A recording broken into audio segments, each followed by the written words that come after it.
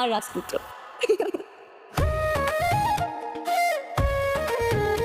গরিব খয়ের রাজপুত্র নাটকের ৪৪তম পর্ব কবে প্রচারিত হবে? ৪৪তম পর্ব কি আর প্রচারিত হবে না? হ্যাঁ ভিউয়ার্স, এটাই সত্য। গরিব খয়ের রাজপুত্র নাটকটি ৪৩তম পর্বেই শেষ হয়ে গেছে।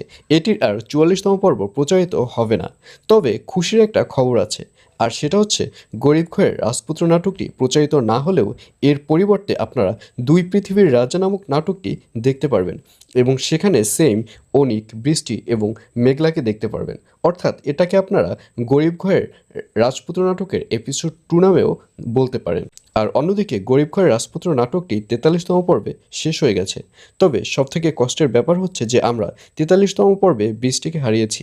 আমরা কিন্তু ওভাবে বৃষ্টিকে না হারালেও পারতাম, কারণ বৃষ্টিকে হারিয়ে অনেক দর্শক অনেক বেশি কষ্ট পেয়েছে।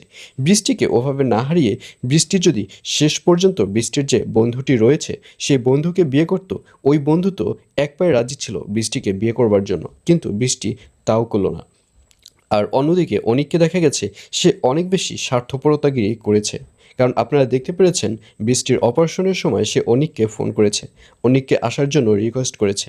শেষ পর্যন্ত অনিকের মুখটাও দেখে যেতে পারল না বৃষ্টি। আসলে এজন্যই পুরাটা আক্ষেপ থেকেই যায় যে বৃষ্টির কোনো দোষ ছিল না, তবুও আমরা বৃষ্টিকে হারিয়েছি। তো ভিউয়ার্স, গরিব খয়ের রাজপুত্র নাটকটি মূলত আপনাদের কাছে কেমন লাগলো? ভালো নাকি খারাপ? অবশ্যই কমেন্টে লিখে পাঠান।